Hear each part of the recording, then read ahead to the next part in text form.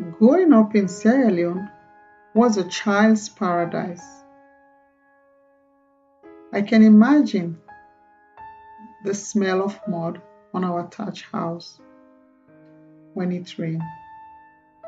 Eating chin chin, fried plantain, boiled peanuts, and mango was our comfort food. Boiled cassava after school cannot be compared to anything else.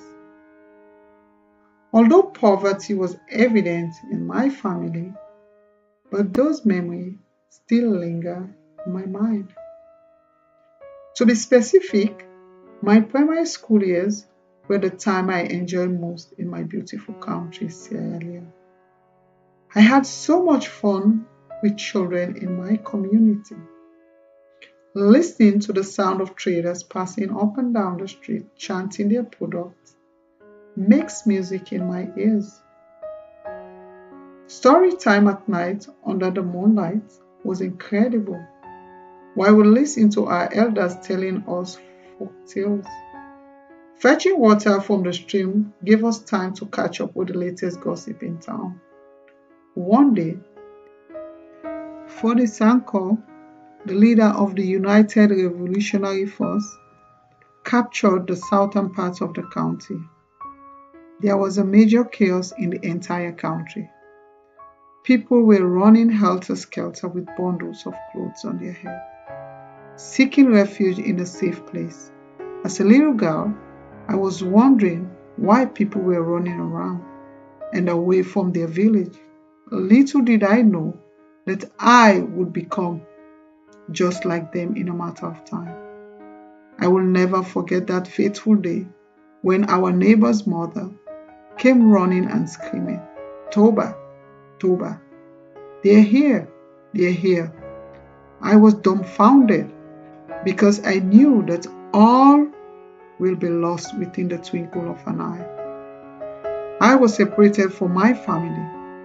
I was starved, traumatized, and wandered the city, asking for help to locate my family. Day and night, all I could do was cry myself while worrying of how life would be without my family. During the war, my heart was in my hand, afraid of being raped, captured, or even become a child soldier. I finally reunited with my family after some time, but it was a bittersweet moment. On the one hand, the war was still going on, and on the other hand, I had found my family. My house was the target of the RUF because they knew that they could find their choice of girls to take with them. My mother was so brave. She could dress me up like a grandma and told the soldiers I was sick. I get so tired of living like this, and one day I decided to change to my normal clothes. I did not know that I was setting myself up as a prey. On that same night, the RUF came to our compound looking for girls. I was their target.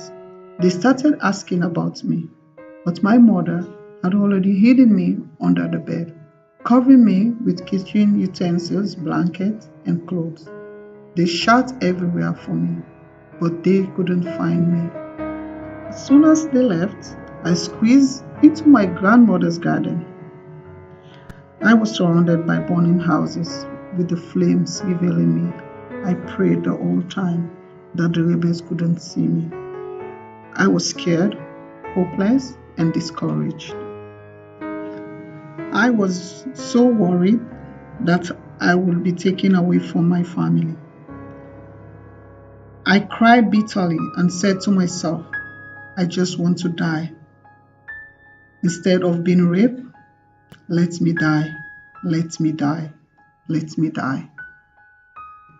I saw one of my neighbors pleading with the RUF not to kill him, but within seconds, there was a loud boom and he dropped dead on the ground. At this time, I did not know if I was alive or dead. I felt tingling on my face with no sense of touch or hope to survive. With all these emotions in my mind, I heard a loud noise of a motorcade blowing their siren and announcing on a megaphone saying, "All civilians out, all civilians out." We were hesitant to come out because those were the trick of the RUF. My father heard a familiar voice and ordered us to come outside. It was indeed a moment of freedom. We were repatriated to our communities. Although the war is over in my county, there is peace and stability, but one thing I guarantee for sure is that I will forgive, but I will never forget those horrific moments of starvation, feeling of being marginalized, traumatized, deprived, or losing loved ones. March 1st, 2004, Canada became my new home. Since moving here, I felt the haven of love and acceptance was waiting my arrival. The best thing that happened to me after the war in Sierra Leone was the fact that I can breathe freedom and peace at last. I believe there are children out there who are from war-torn counties, but they are misrepresented by the actual atrocity these children face in war. Therefore, they are neglected by the fact that the war is over. I know from a personal experience that war has a long-lasting trauma, and a little sound can trigger those experiences. The world will be a better place if we preach peace and not war.